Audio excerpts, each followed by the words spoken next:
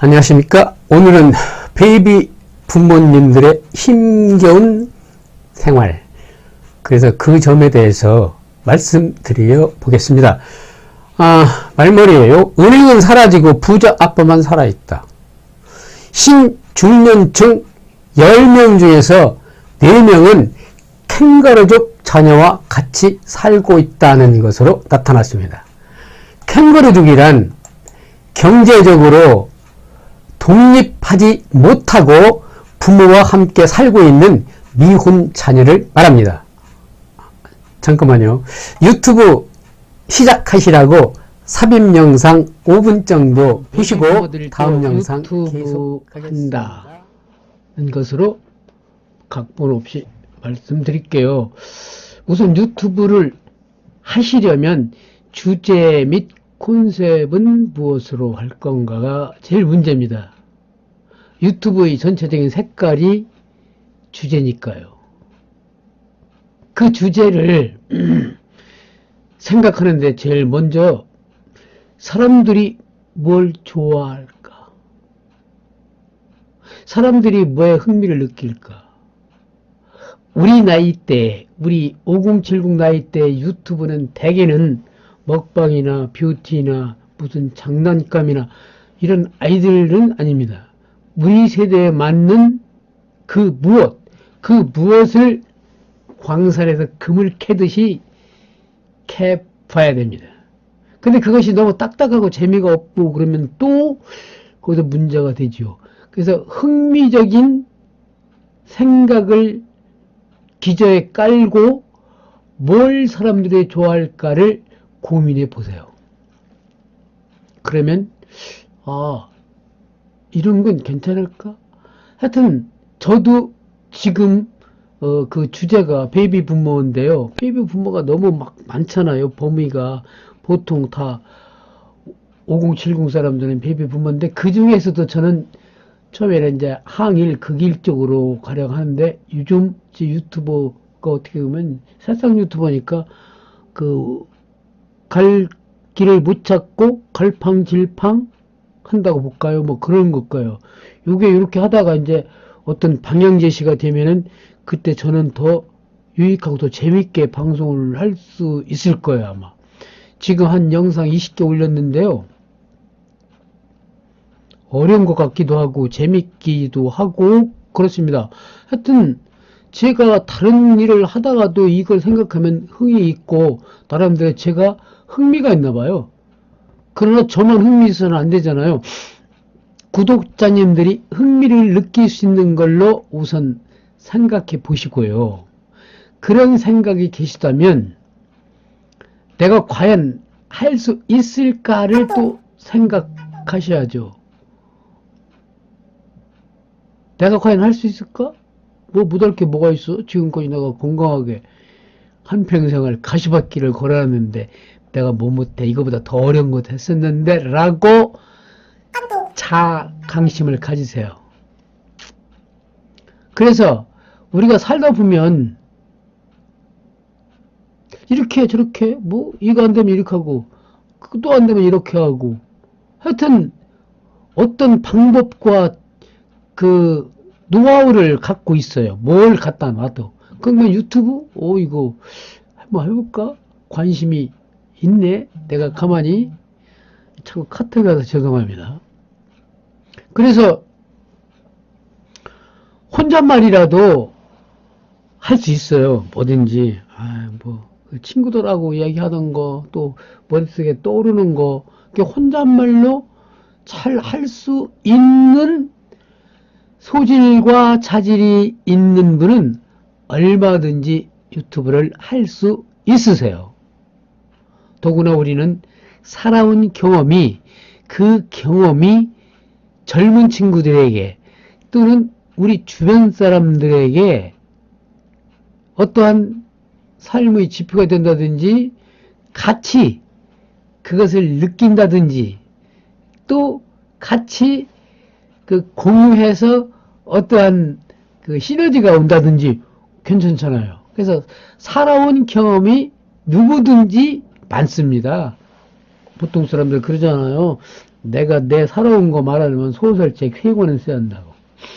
그 말은 그만큼 할 이야기가 가슴속에 많이 들어 있다는 증거입니다.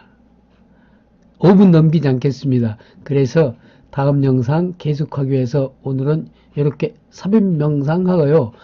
다음 영상에서 또 유튜브 한다 두 번째를 보내드리려고 합니다. 감사합니다. 초보 유튜버로서 같이 배우며 가자고 넣어드렸습니다. 보시고 같이 배우시면 좋겠다는 제 성의입니다. 계속하겠습니다.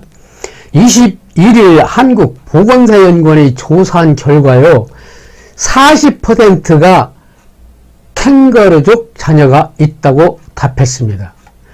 응답자 연령이 높아지면 캥거루족 자녀 비율은 감소하는 추세입니다. 당연하지요. 늙어서까지 다 큰 자식을 끼고 살지 못하니까요. 늙은 캥거루는 힘이 없는 게 당연하고 그때서야 꿀물 다 빼먹고 어슬렁거리며 나가겠지요. 자식들이. 바보 천치처럼 말이죠. 아마 노숙자가 됐을지 몰라요. 그런 애들. 50대에서 40%였던 캥거루 가족들이 60대에서는 25%로 떨어진다는 것만 봐도 늙어서는 캥거루 가족이 별로 없습니다. 다 나갔어요. 물론 농어촌보다 생활비나 이런 부담이 더 큰 대도시에서 캥거루족이 많은 건 사실입니다. 부모가 돈을 벌지 못하고 자기 몸 하나 건사하기도 어려운데 자녀와 살며 뒷바라지를 하는 경우가 36% 된다고 합니다. 이게 문제입니다. 장가 안 간, 시집 안 간 아들, 딸들을 위해서 엄마는 식당이며 청소일, 막노동에 가까운 일들을 하시면서 그걸로 거기서 받는 조그마한 돈으로 아들의 용돈을 주는 엄마들 생각하면 참 안타까워요. 자식 캥거루도 어디라도 다니면 좀 용돈이라도 벌면 덜할 텐데 말이죠. 캥거루족 자녀가 그 부양하는 가족에 대해서요. 그러니까 캥거루족 있는 자녀를 부양하는데 40% 정도는요. 경제적으로 미치도록 부담스럽다고 답했습니다. 취업하지 않은 그 부모들의 경우 이건 미치는 거죠. 우리 두 노인네들 먹기도 힘든데 돈 못 버는 자식 딸들이 같이 엉켜 있다면 그건 얼마나 비참하겠어요. 캥거루족과 비슷한 신캥거루족이 또 있습니다. 아주 많습니다. 그건요, 현재 함께 살고 있거나 가까이 살면서 부모 혜택을 의도적으로 보는 생활 무능력자 기혼 자녀를 말합니다. 결혼한 애들이.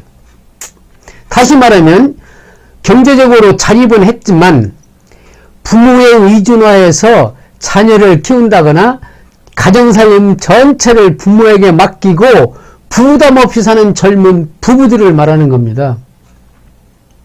여기서 신캥거루족은요, 부모가 다 해주겠지, 우리는 적당히 있으면 돼 하는 마음으로 취직이나 돈 벌 생각 않고 생활 무능력자처럼 살아가는 자녀들이 참 많아요. 발음이 꼬이네. 아버지 사업자금 좀 줘요. 한두 번이 아닙니다. 하는 족족 말아먹고 이혼까지 하겠다면 우여까지 합니다. 우리 자녀들이 살다가 이혼하고 그러면 막 얼마나 신경 쓰겠습니까? 사업자금 안 되지면 애들 다 맡기고 어디로 사라지겠다고 협박 아닌 협박으로 애먹는 비비님들이 상당히 주변에 많습니다.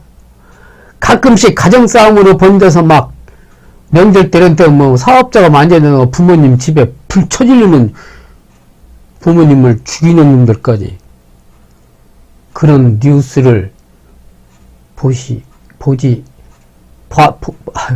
보시지 않으셨으면 좋겠습니다. 그게 캥거루족의 끝판왕입니다. 생각해보면 그 자녀들을 둔 비비님들이 문제죠. 이건 완전히 비비님들이 잘못된 자식사랑 아니면 무작정 해 주었던 자립심 빵점으로 양육한 결과일는지 모르겠습니다. 나중에 요양원 갈 때도 자식 걱정하며 죽을 피비님들이 되시겠습니까? 그러면 안 되잖아요.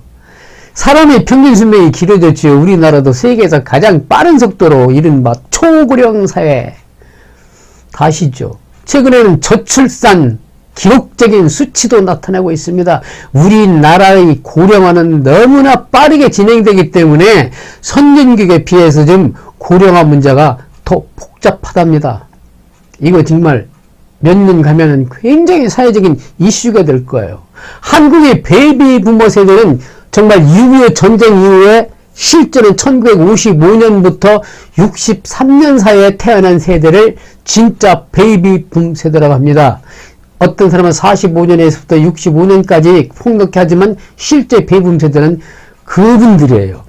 이들 베이비붐 세대는 교육 기회가 확대되고 경제 개발이 사회적 자원이 좀 있었어요. 노동시장도 많았었습니다. 그때 혜택을 좀 크게 누리기도 했고 일자리는 있었습니다. 뭐 중동에도 가고 공장 같은 것도 많아가지고 뭐 제조업 부문 우리나라가 막 발전해서 많아서 월급 받고 뭐 생활했어요. 베이비붐은. 그 바람에 베이비붐님들이 평균 재산이 한 3억에서 4억 된다고 이렇게 발표를 봤어요.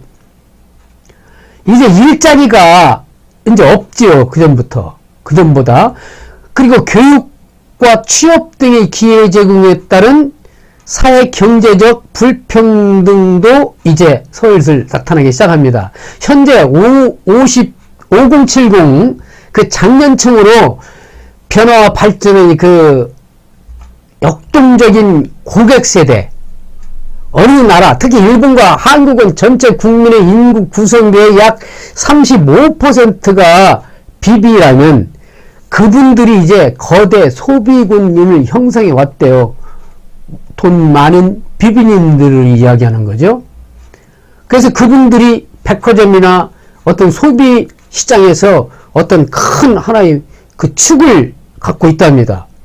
그게 베이비 부모들이 성공한 베이비 부모들의 경제력을 말하는 것이겠죠.